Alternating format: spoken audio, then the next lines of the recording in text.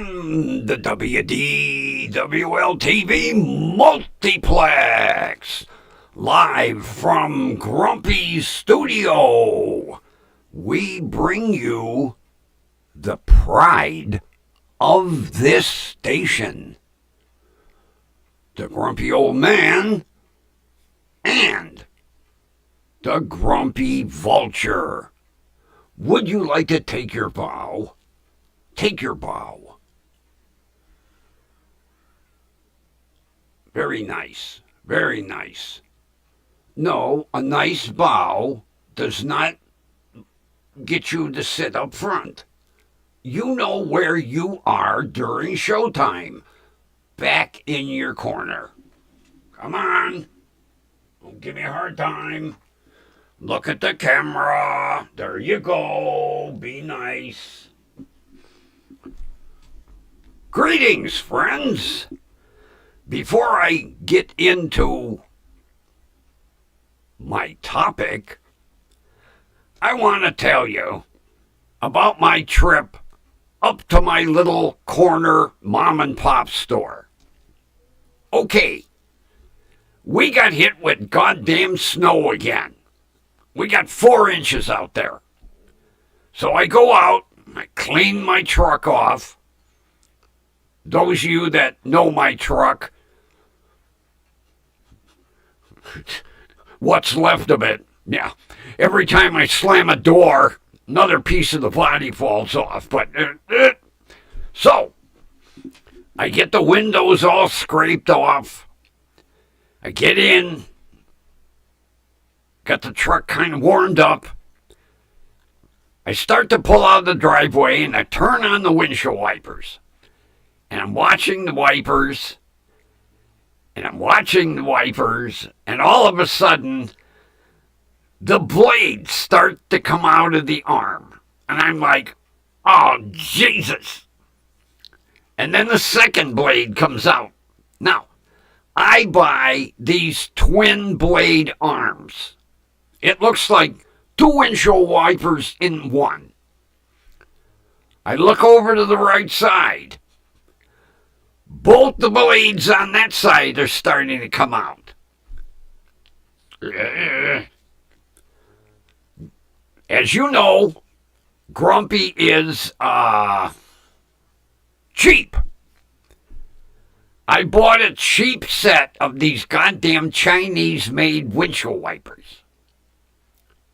American wipers, if I would have bought the Ancos, they have a metal clip as a retainer to keep the blade locked in the arm, okay? These cheap Chinese pieces of crap have a little plastic nib, okay? The little plastic nib is not strong enough to keep the refill or the rubber blade in the arm. Now there's two ways I can do this to fix it. First of all, I can take 4 little tiny zip ties and carefully cut a little tiny hole in the blade and zip tie it to the arm. The cheap way. Or I can go up to the auto parts store and pay twice what I paid for the arms and buy the Anco refills with the metal retaining clip. I'm going to be cheap and I'm going to use zip ties. I also will probably be buying a single wiper arm from Anco and just ditching the idea of the dual blade arms. I don't think they really wipe that much better. They just look cool. Friends, don't buy Chinese crap because you're just wasting your money, like Grumpy. Okay, I get to the store. Now, I love this little store. Back when I was growing up, it was a little neighborhood meat market. Well, when Stan retired, he sold the business off, and it's had multiple owners over the years.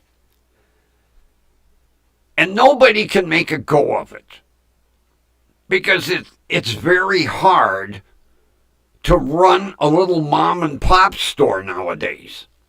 Over here, across the pond, it's different. You people over in England got that worked out, how to support your little mom and pop stores. Over here, we're not loyal. Well, Grumpy is.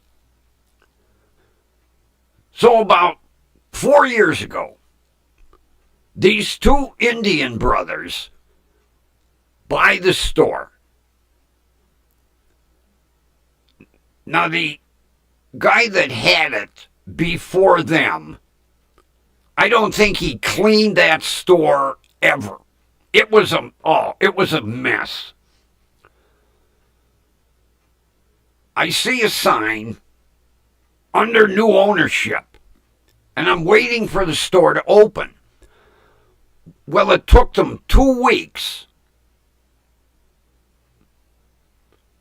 The whole family,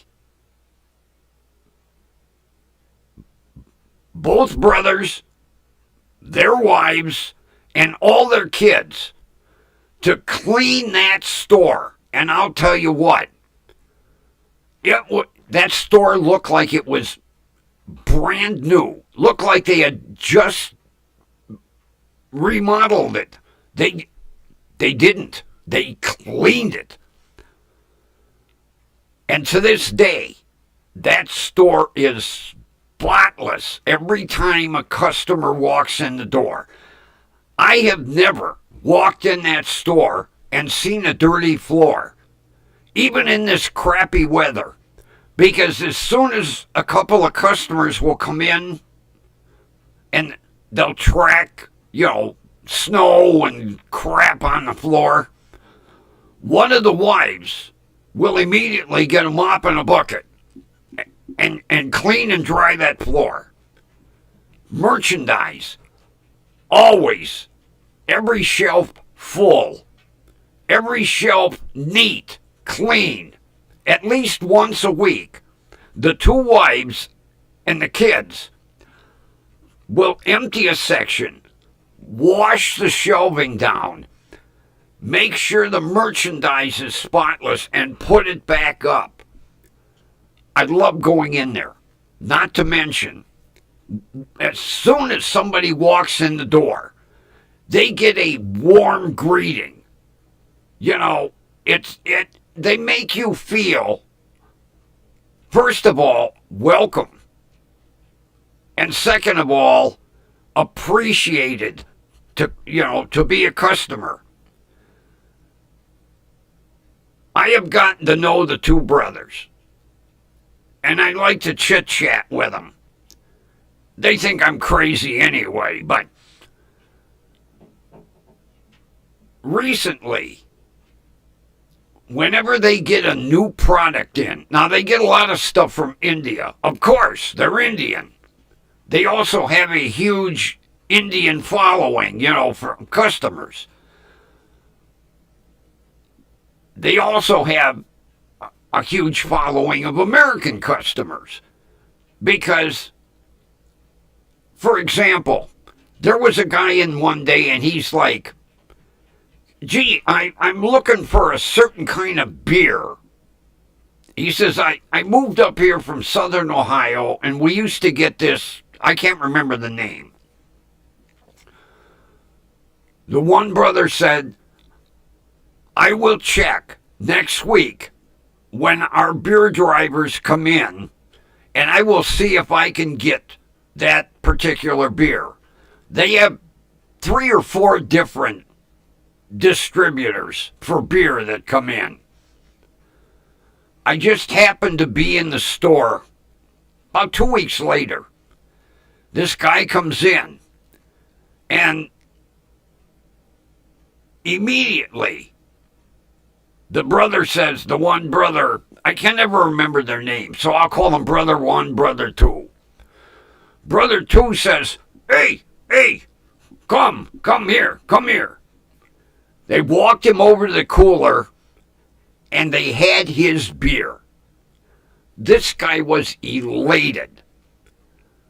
Anytime you're looking for an item, if they can get it, they will stock it, even if you are the only customer buying it.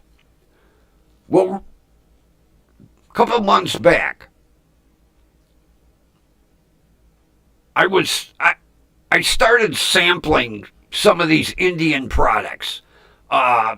They have their own version of ramen noodles and their own cookies and several other snack items. So I have been trying different things lately. Well, Tuesday, I walk in the store to get my cigarettes, and brother number 1 says, hey, we got new cookie. I was like, oh, really? And they come in a plastic jar. I says, I'll give them a try. Next thing I know, I look in he puts a bag up on the counter, and I look in the bag, and here's the cookies. And I said, well, I'm not really ready to try them yet. Oh, no charge. You try. If you like, no problem. You don't like, no problem. I was like, geez, unbelievable. So, unfortunately, I didn't care for them because they were like concrete. And I told them, I says, I asked you if these cookies were crunchy. You said, crunchy. I said, no, not crunchy, concrete. Well, both of them started to laugh. Both their wives started to laugh. And even their 2 older kids started to laugh. And the one little, she's a little cutie. I think she's like 5 or 6 years old. She comes out from behind the counter. She goes, you funny. I was like, I try to be. So, today, I fight the battle of the snow to go up and get cigarettes. And I got a couple packs of chips. I'm hooked on these goddamn Lay's dill pickle flavored potato chips. I like them. Everybody I talk to, they're like, dill pickle flavored potato chips? Oh, they taste like real kosher dill. I love them. Mainly because I like kosher dill pickles. So today, I come in to get my cigarettes. I grab two bags of Lay's potato chips, Next thing I know, I look in the bag, and there's 2 things of these, I'll call them ramen noodles. I said, what's this? We get new. These 2 new flavor. You try. I says, oh, guys. And both of the brothers and the 2 wives said, you are a wonderful customer. We like to show appreciation. How many stores do this today? None. Back in the day, stores would do this. Owners would give me a little something now and then. These two brothers are just unbelievable. Every time they get a new product in, it's like I'm the test dummy. I'll tell you what. They couple months back, they got some Indian ramen noodles in, and they give me a pack to try. So I make them up. These things were like eating fire. Holy yachafak, Jesus Christ. I don't know how they can eat this stuff. I tried cutting them, I'm adding stuff to try to cool them down. Oh, my God. Hot as shit. So the next time I come in the store, they go, how you like noodles? I said, took me 3 days to get my tongue back. It was on goddamn fire. Oh, my God, they laughed their ass off. I love going in the store because, first of all, there's a little banter back and forth between us. And second of all, for things like happened today, they get a new item in immediately. They give me an item for free. You try it, And there's been a couple of times where, like, there's certain cookies that they get in. They're kind of a coconut flavor, and I love coconut.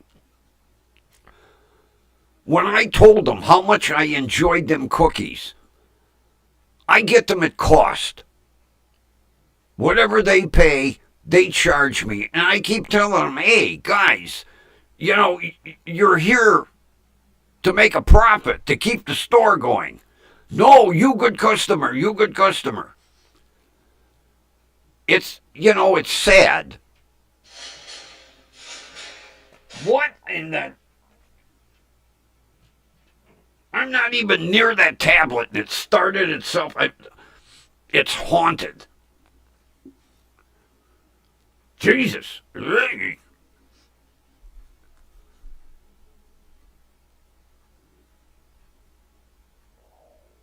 I have not been treated like this in a store since I was a teenager.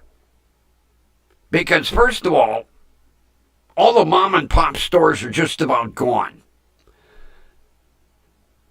This store is right at the corner of my street. They keep their prices to a minimum to entice customers come in. They sell beer and wine at state minimum. And they told me, they said, we don't make that much on beer. Same thing, cigarettes. They don't make that much. But combined, it keeps the store going. Not to mention, they have a huge Indian following. And I've been in there when they've had an Indian customer order a pallet full of stuff. So, what they may lose, I'm sure they're making up on stuff like that. So, I go in for 2 packs of cigarettes. They gave me the chips for free, even though I buy them all the time. And these ramen noodles. I didn't even look to see what flavor they are. Oh, God, I hope they're not instant flame. But it was a very interesting trip to the store. Not to mention my wipers falling apart.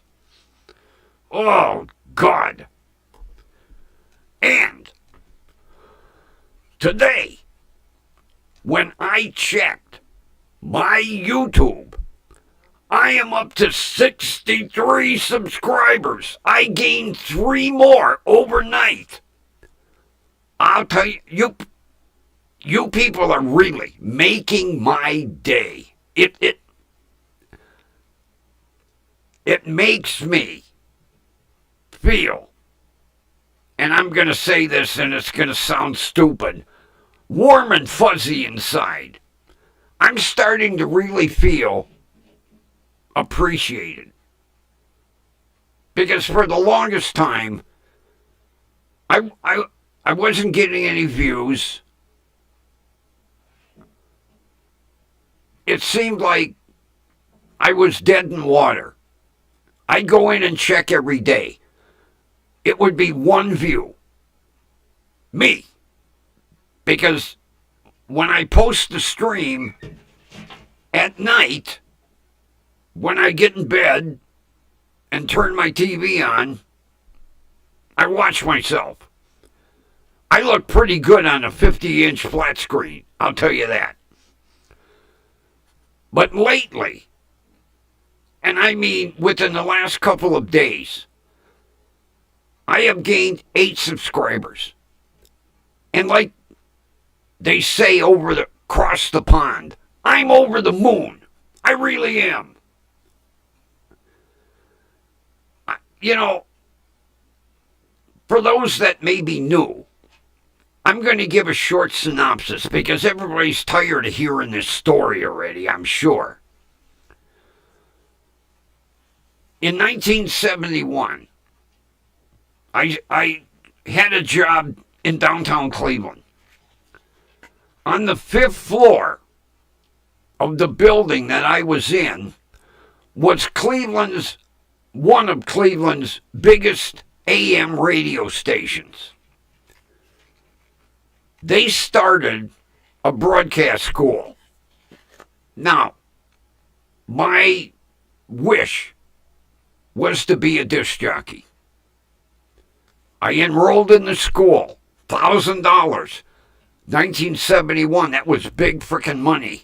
And I had to borrow it from the credit union.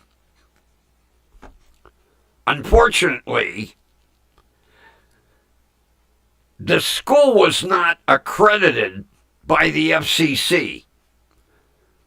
6 months into a 1-year school, the FCC shut them down. Did we get a refund? No. So, I'm paying the credit union every payday,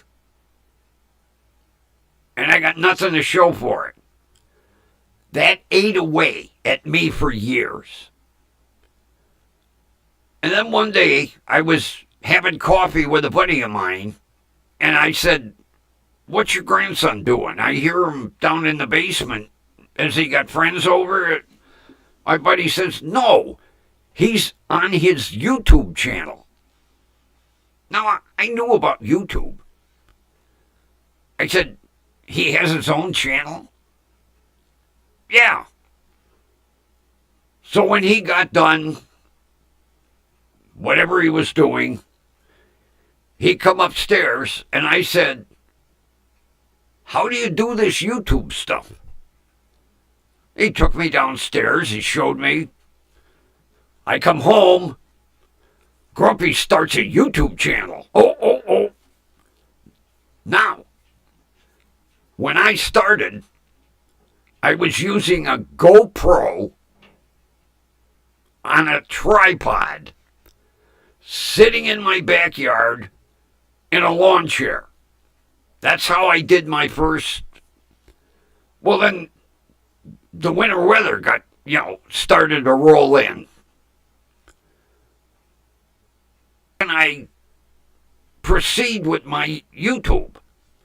He says, "Well, you have to buy a microphone and you need a camera." Okay. So I bought a microphone, I bought a camera. I went into my spare bedroom and I turned it into a somewhat studio. And I did my YouTube. Well, over time, I got better at it. And I bought better microphones, I bought a better camera. Then one day, while I'm on YouTube doing my stream, up comes this notification. You need streaming software. What the hell is streaming software?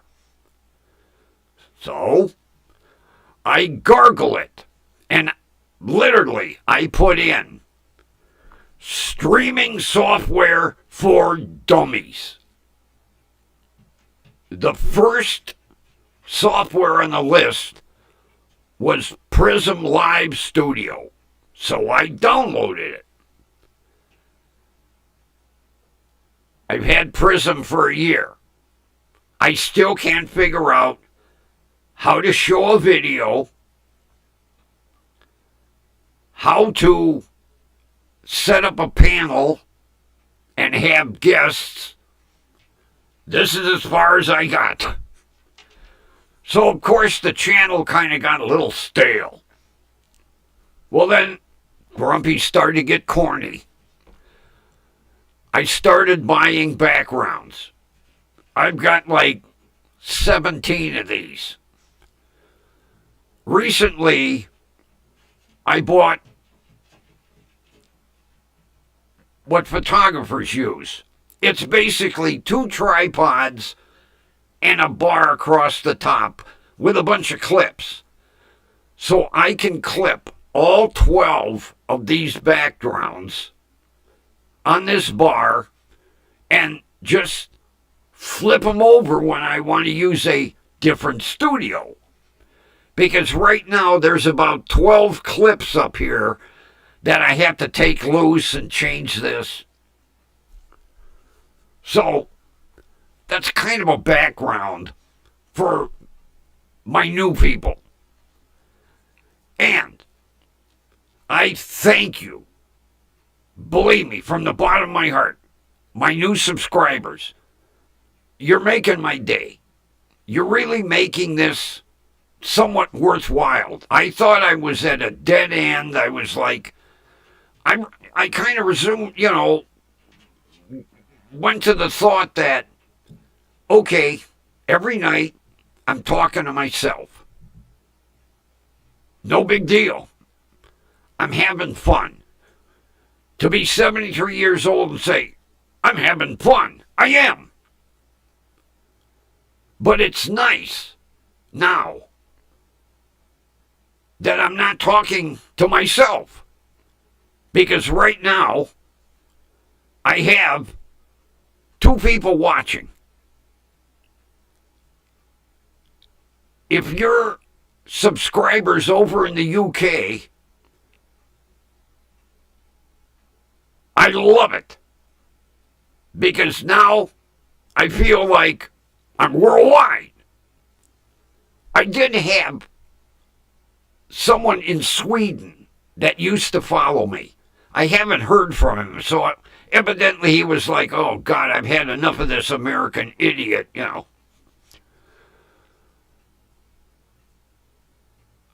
No matter where you are, if you're in the States, you're up in Canada, you're over in the UK, I thank you from the bottom of my heart. I really do. Because it makes me want to keep going. Mainly because since 1971, this has been eating away at me that I never got my DJ job. Not saying that once I completed the school, I would have gotten hired somewhere, but you never know. Now, I have my own studio. I have my equipment. I have a following. I feel like I'm that disc jockey that finally got a job. Really. I have a friend. Matter of fact, him and I were in that broadcast school together. We did have another broadcast school in Cleveland. He had the money. Even though he lost $1,000 here, the other school was $1,400. That was bigger money back in 71 than the 1,000. He went to that school. He got his broadcast certificate. He has worked continuously since 1973. Never became a big name. Matter of fact, him and I, we email back and forth at least once a month. He usually ends up working the midnight to 6. Like I told him, I said, oh, like me, you're broadcasting to yourself, you know. He told me,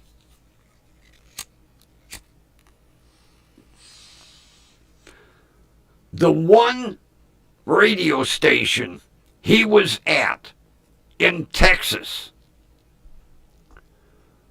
it was like a half a mile to get back to the station. The station was surrounded by a cow pasture. He said it was such a small station, he thought his listening audience was all the cows. He literally, driving to the station, there were cows on either side of him, and then there was a big giant circle in the middle of this pasture where the radio transmitter was. So you know what kind of DJ he is. But he has never been unemployed for more than a week. And also, he bought a motorhome.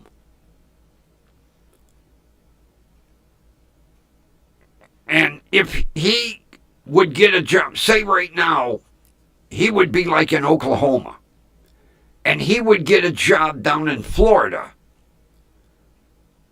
he has the luxury of not having to rent motel rooms every night because he's got a motorhome. And he said, I have always had a motorhome all these years because you never know how long you're going to be employed. Now, there's been many times where the grass was greener, he pulled up roots, and he went to another station. There's also been times when the general manager come in and said, sorry, don't bother coming to work tomorrow. And then he has to adapt to different genres. He may be working at a rock station. 3 months later, he might be working at a country western station. Or, the best one, the last job that he had. Now, he is right now in Washington State at a contemporary music station, doing the 12 to 6 gig. He left a country western religious station. He told me that was the hardest station to adapt to because you got to do it instantaneously. You know, as soon as you're on the air, you have to adapt. You've got to get your shtick going. Well, Grumpy don't have to worry about that because I'm right here. I'm not going nowhere. And this is my shtick. People say it's corny, you know, the glasses and the bird. One day I will show you over in Studio One the reason I have the bird. Because I have a big street sign that says Grumpy Vulture Boulevard. And then I have a smaller street sign that says Grumpy Old Man Road. So that's why I keep the bird. The bird. I hate these cameras. I hate it. When you point one way, there we go. When you point one way, you're actually, it's a gimmick. At least I'm not like, there is one guy that does a show. He has a voodoo doll. And he sticks pins in it. Okay. If that draws an audience, you ain't going to see me sticking no pins in the bird. Oh. I need to show you something. Hang on. I had one of my listeners, because last night I was talking about the Japanese mini truck that I would love to have.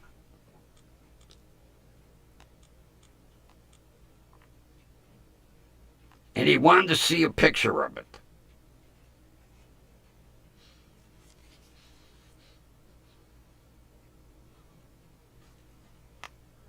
There is the 1991 Subaru Sambar Japanese mini truck. Oh, it's so cute.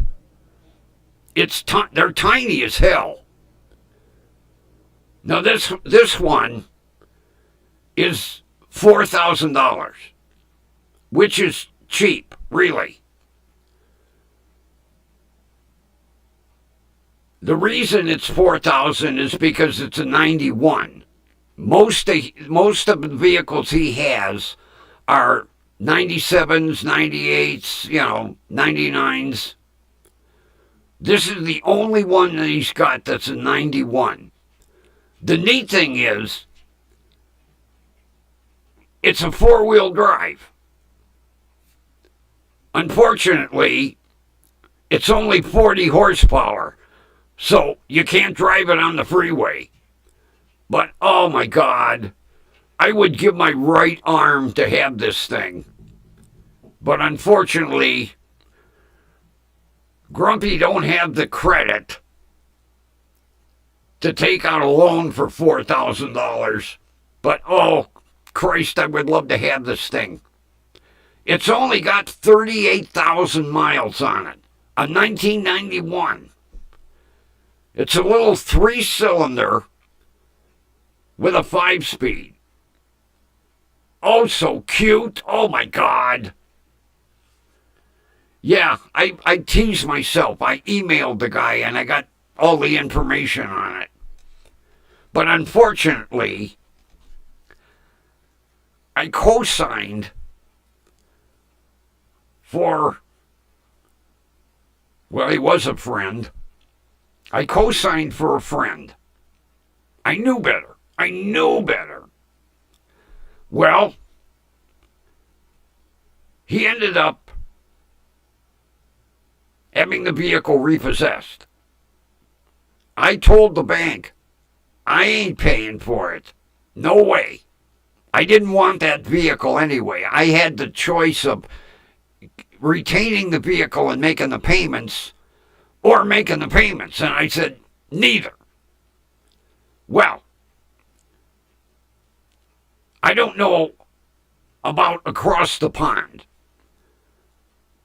but over here, we have 3 credit ratings. First one, A1. Bank will loan you whatever you want. Second one, needs cosigner. Third one, Grumpy's credit rating. Hold for reward. Yeah, not really, but that's how bad it is now. Goddamn vehicle got repossessed and my credit rating went right in the fucking sewer. I find my bucket list item and I can't buy it. And I'm teasing myself because I wrote the guy, I said, give me all the specs, give me all the information, give me the shipping charges from California to Ohio. Don't ask me why I beat myself up like this. I just had to know. I had to know. Oh, I want that truck. And the neat thing is, it has what's called a creeper gear. Now it's got a 5-speed, and then it has, if you come off up and over, which would be like a second first gear, it's a creeper gear. It creeps like at half a mile an hour. We can't get that transmission in any vehicle in the United States. And here's the neat thing.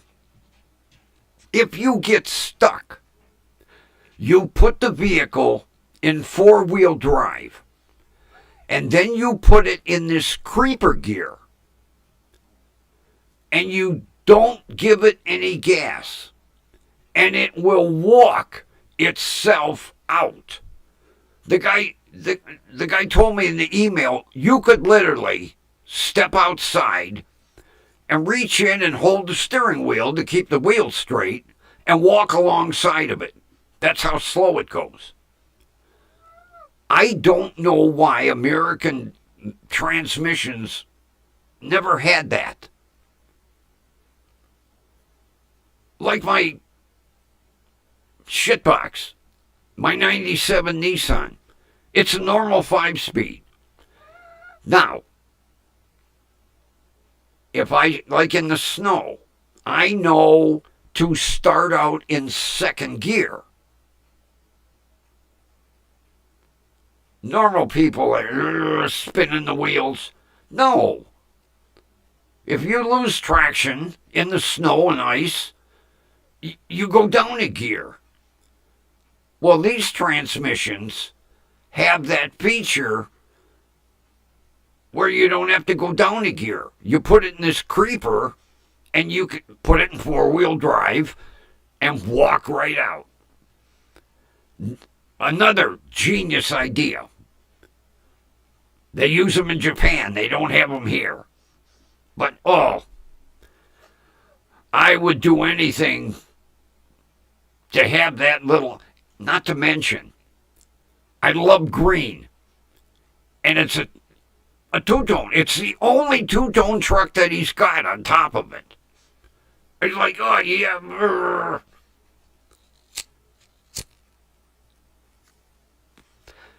But I can at least stare at the picture. Although he hasn't told me how much shipping charges are.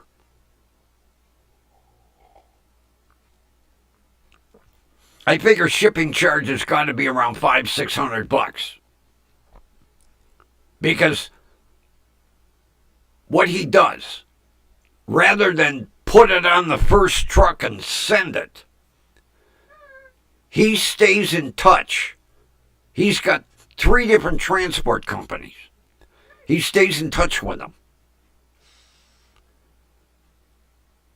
If somebody, one of these transport companies, is going this way, it's cheaper than just putting it on a car carrier and shipping it. This way, the car carrier is coming this way. Plus, say he's got a 5-car hauler. It's extra money for the transporter because it's one more vehicle to drop off. But he's coming this way.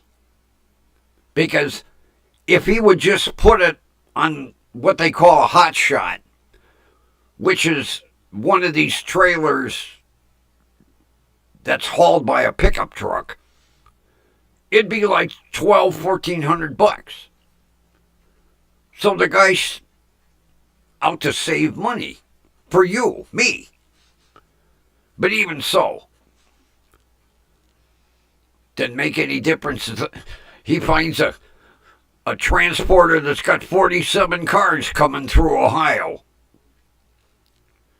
Not like Grumpy is on the shipping list. But I spotted that truck and I was like, holy shit, my bucket list truck, and it's two-tone green and white. What more can I ask for? Well, I could ask for $4,000 too. Maybe it'll fall from the sky. Nope. Oh well. It's nice to dream. And then the right-hand drive. I would drive people crazy with that. Especially, you pull into a shopping center and people will be like, there ain't nobody driving that thing. How's it getting in here? Right-hand drive. Of course. I have been driving a manual transmission since I was 15. I love manual transmissions. I've got 2 vehicles with manuals. I got my 97 shitbox, and then I've got my 97 RAV4, which is down, it needs a fuel pump. I have all the parts. A little cold to work on it. They're both manuals. I love a manual transmission. The only thing is would be learn how to drive a manual with my left hand. I'd probably be jamming some gears there. Wrong gear. Either way.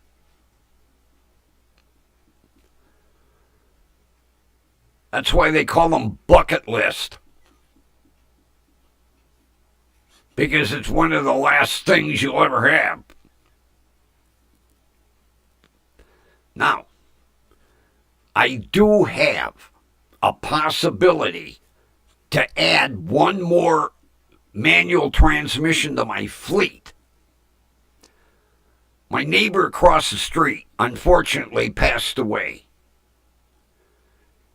He has a 2001 Volkswagen Passat that his son will be getting rid of.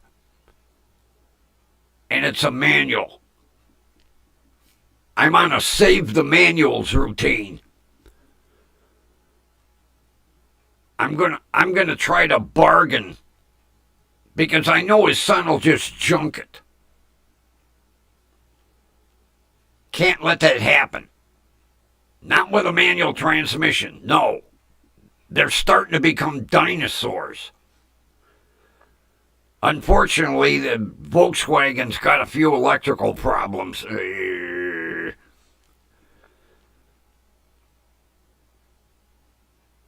And it's green.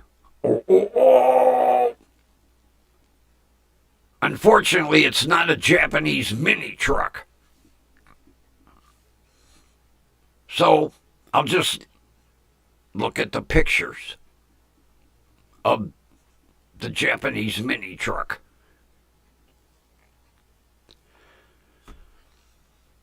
Of all times, to have my credit rating fucked up. 73 years old, you work all your life to keep that credit rating, and then someone who was a very close friend stick it right in your ass. Lost his job,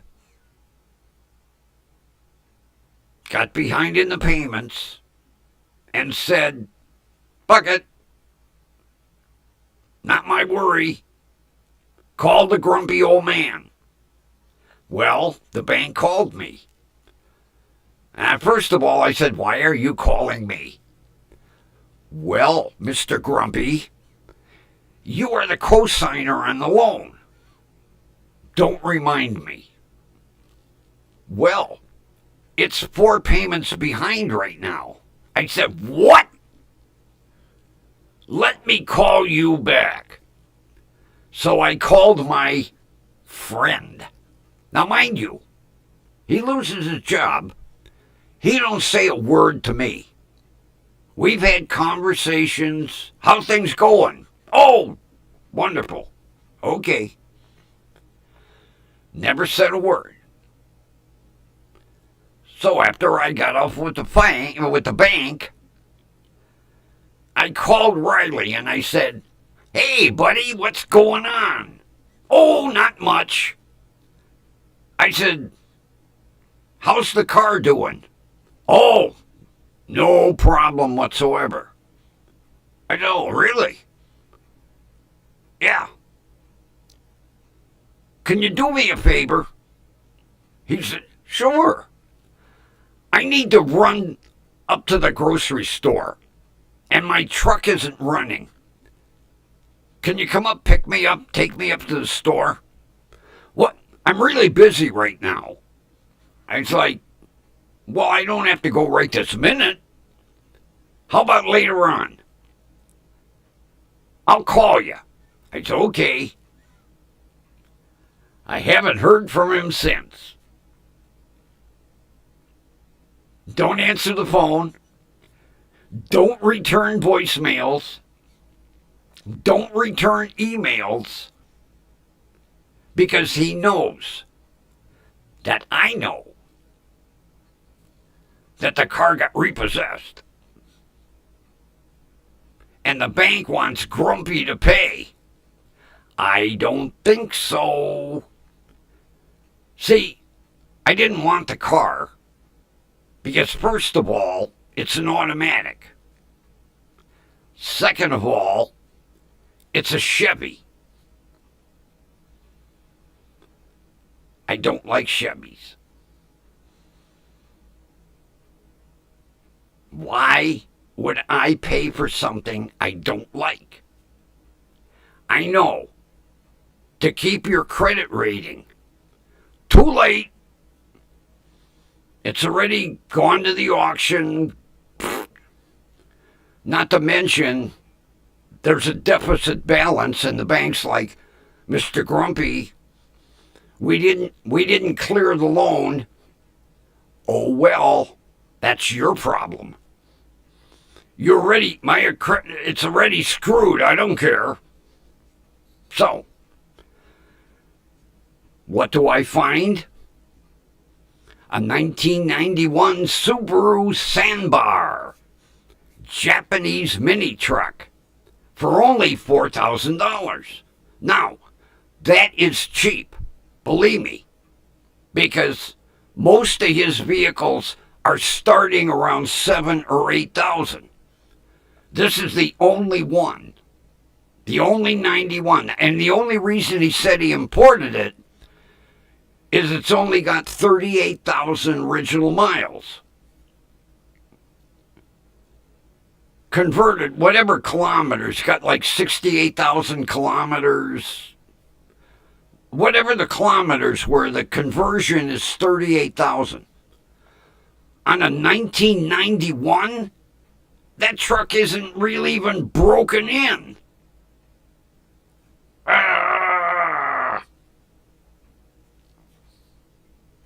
I want to go cry. I really do. I finally find my bucket list little truck, and it's just a dream. That's all it is. Well, at least I got the picture on my phone. I can go, oh, look. I could have had this had I not got screwed. Nice lesson. Everybody, take this as a lesson. No matter how good a friend, or even if it's family, do not ever co-sign for somebody, because this is what happens. I work all my life to keep a nice credit rating, and at 73 years old, I'm fucked. Pardon me for swearing.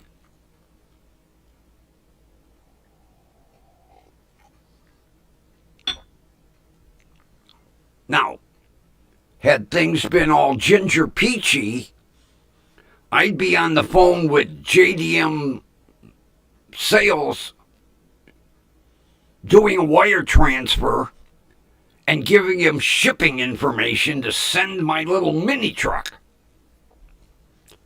Unfortunately, ain't gonna happen. So, for my listener that asked about the mini truck, there it is. Let me show you a picture again, just in case if you're just tuning in.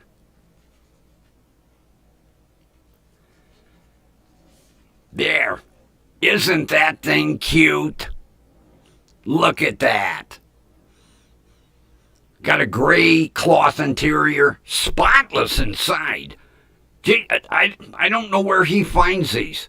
And he's got over 500 of them. You can kind of see them in the back of the lot there. Japanese mini trucks everywhere. And that's the only cheapie. The only 91. And he said the only reason that he bought this one and imported it was because, number one, how clean it is. Not to mention it's got 4 brand new tires.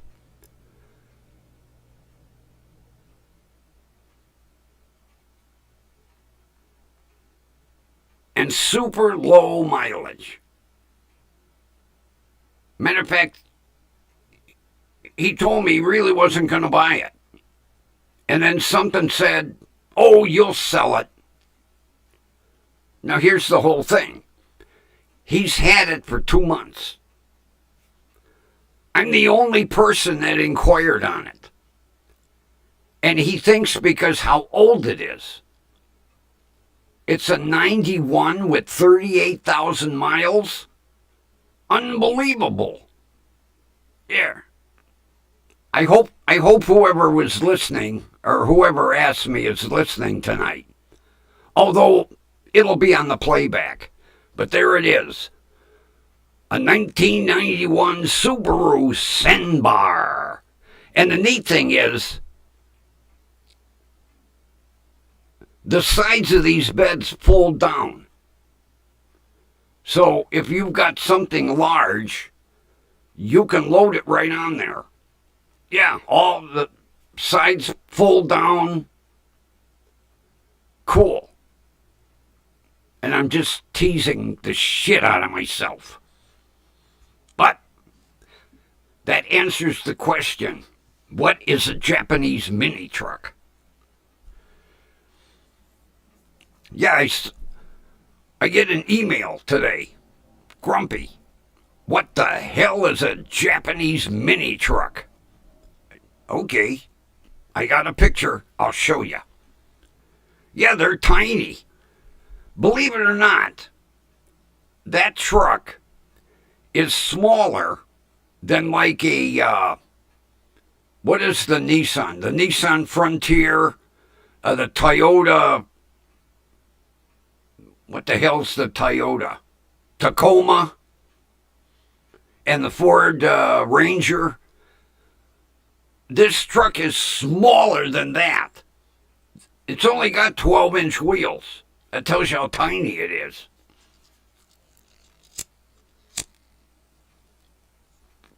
With 4 brand new snow tires.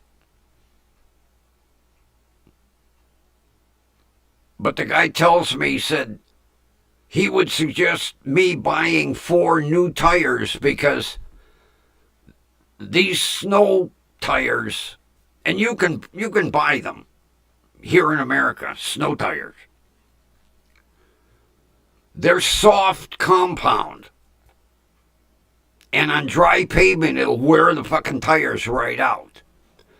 So what I would have to do is get 4 rims and then take these tires off and keep them for winter and buy 4 all-season tires. But yeah, 4 brand new. I have to look them up. They're Michelin somethings. Blistex or Bliss something. I want to say Blistex. That don't sound right. Blizzards. Maybe they're not Michelins. They're Blizzards. That's what they are. They're Blizzards. And they're soft compound winter tires. Evidently, it came from a snowy place in Japan. But the underside of that thing looks like brand new. It's obvious it hardly got driven in all these years. Oh well. Grumpy learned one hell of a lesson. And you know, when he asked me to co-sign, it never even crossed my mind to say no. Because he's always been an upstanding guy. I don't know why. When he lost his job, he didn't go find another one. No. He didn't find a job until he was 4 months behind. And by then, they were picking the car up. I don't know how he's getting to work now. I don't give a fuck. He screwed me royal. And I hope he's watching. Gotcha. Now the whole world knows you're an asshole.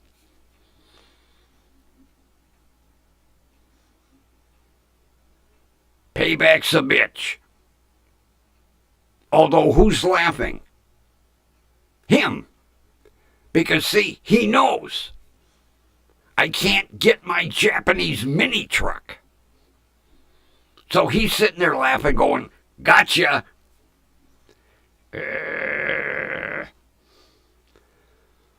But a word to wise. Now, I don't know across the pond if you guys do that cosign thing.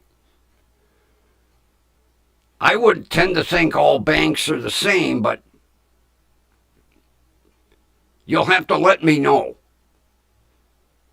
Do you have that where you co-sign for somebody? Or does a person have to have A1 credit, period? I don't know how your car dealerships work over there.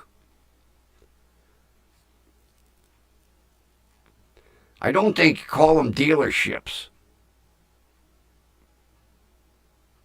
I heard the name, but auto traders? You're an auto trader? I think that's what they are, auto traders. I don't think they call them dealerships, auto traders. I think. You'll have to let me know.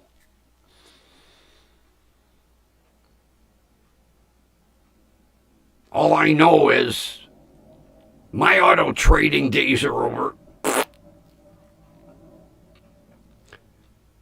Although, this is the way my luck goes. I finally find my Japanese mini truck, two-tone, green and white, and I can't buy it. Now, what Grumpy would do, I would take and find out the paint code and paint the top green. I think it would really look cool with a green top and then the green bottom. Don't make no difference now, but That's what I would do. And a couple other goody things too. It would look neat when I got done with it, just believe me. The first time I saw one of these, I made plans. If I ever got one, I would do this and this. There'd be like 6 things I would do to it. Unfortunately, that's out of the question. Just saying.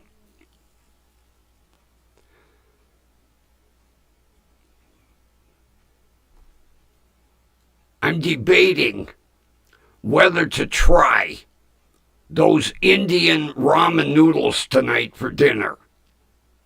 I have to look at the package.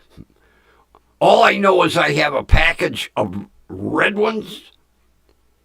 The package is red, and the other package is green.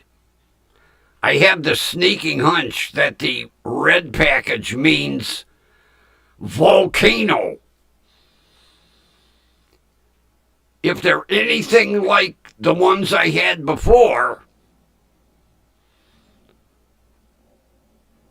they were not only hot going in, they were hot coming out. Yeah, the next morning, Grumpy sat with a popsicle.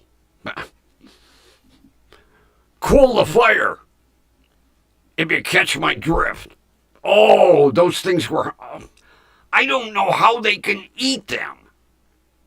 They were like... Yeah, it was like a volcano in a bowl.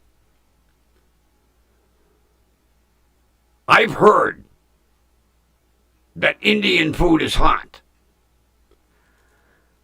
I experienced it. And that was just ramen noodles. I can almost imagine. They were telling me about this chicken dish they make. Tandoori or vindaloo or something. He told me, now that's hot. I think he said vindaloo.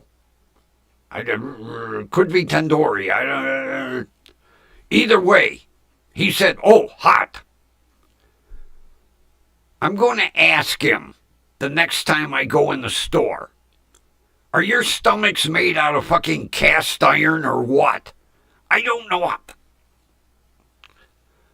And, you know, the little kids eat that stuff, too. I was like, holy shit.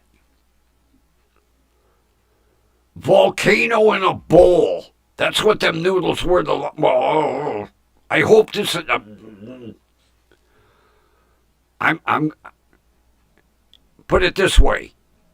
If it's written in Indian, I'm going to gargle a translation program to find out before I... Oh, those were... Yeah, it was... They would have melted a metal spoon. That's how hot they were.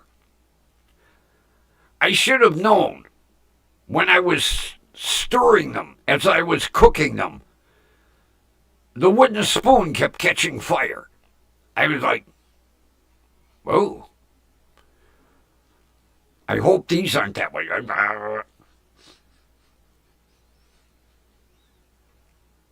If they are, next month, I have an appointment with a proctologist. I'll eat them. I figure if he's going to be looking up my ass, he can see the flame. Holy shit, Grumpy! Your digestive tract's on fire. I know. I was eating Indian food.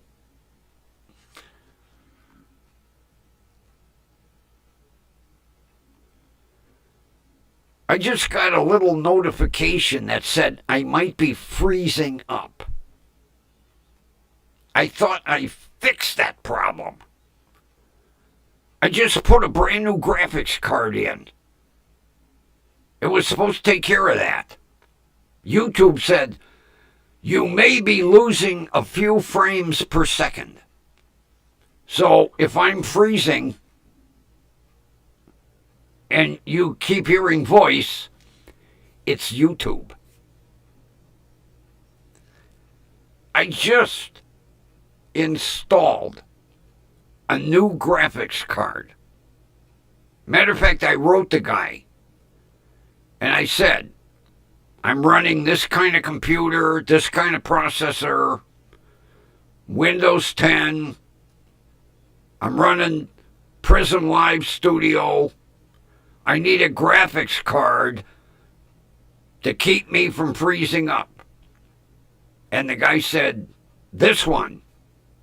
I said, okay, I'll buy it. Then I get a warning. I give up. The next thing is a brand new computer. I can't afford a brand new computer. I thought with a new graphics card it was going to take care of this.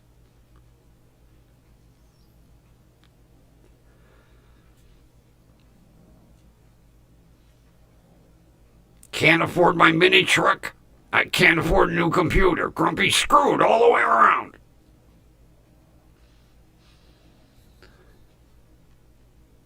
Hey,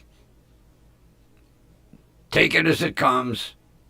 At least I have my YouTube and I'm having fun. That's all that counts.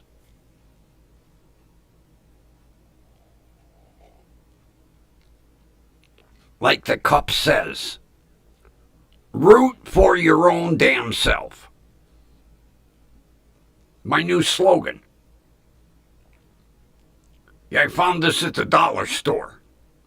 99 cents. 14-ounce mug.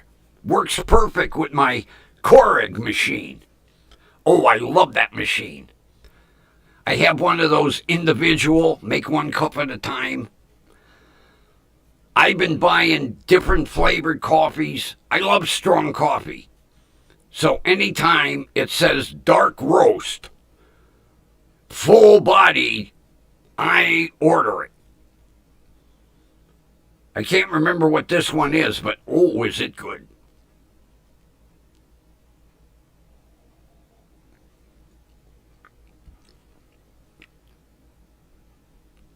How long have we been on? Over an hour. Wow, time flies when you're having fun. I guess maybe it's sign-off time. I'll go out and check my Indian ramen noodles and see if they're instant volcano. If they are, I'll have to do plan B for dinner. Although, I got to get the name of it before I go. I know, I'm boring the shit out of you.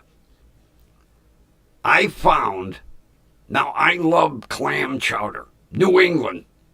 I'm not so good on that Manhattan style. I like New England clam chowder.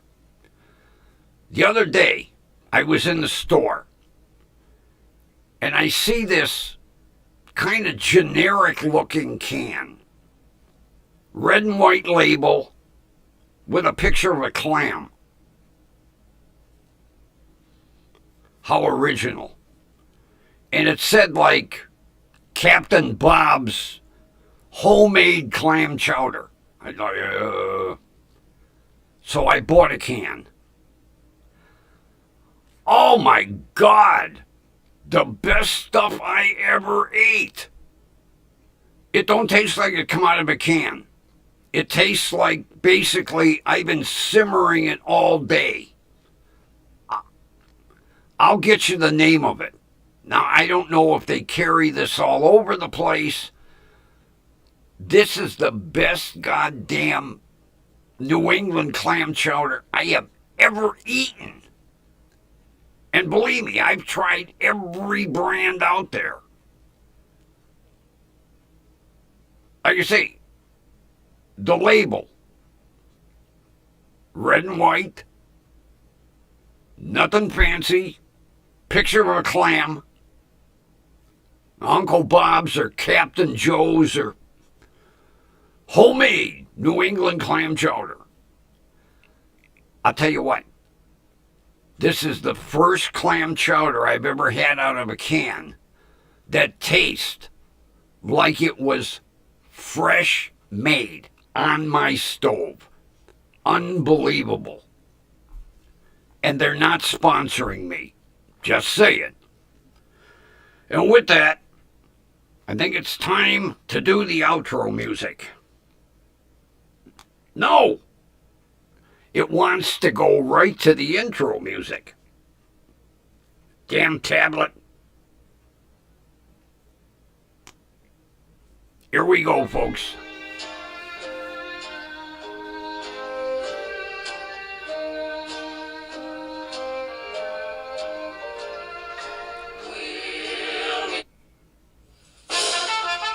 What the hell? See, I told you this damn thing got a mind of its own. Jesus. Take two.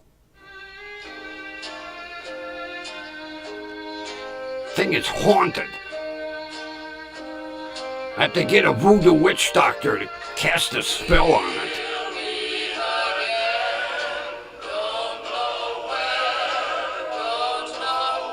Well, we know where.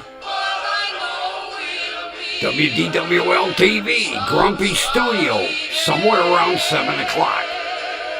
I'm getting better. I'm trying, folks.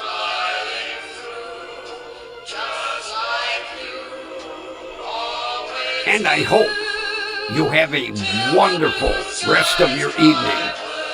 And to my new subscribers again, thank you. You're making my day. And with that, we will meet again right here tomorrow night.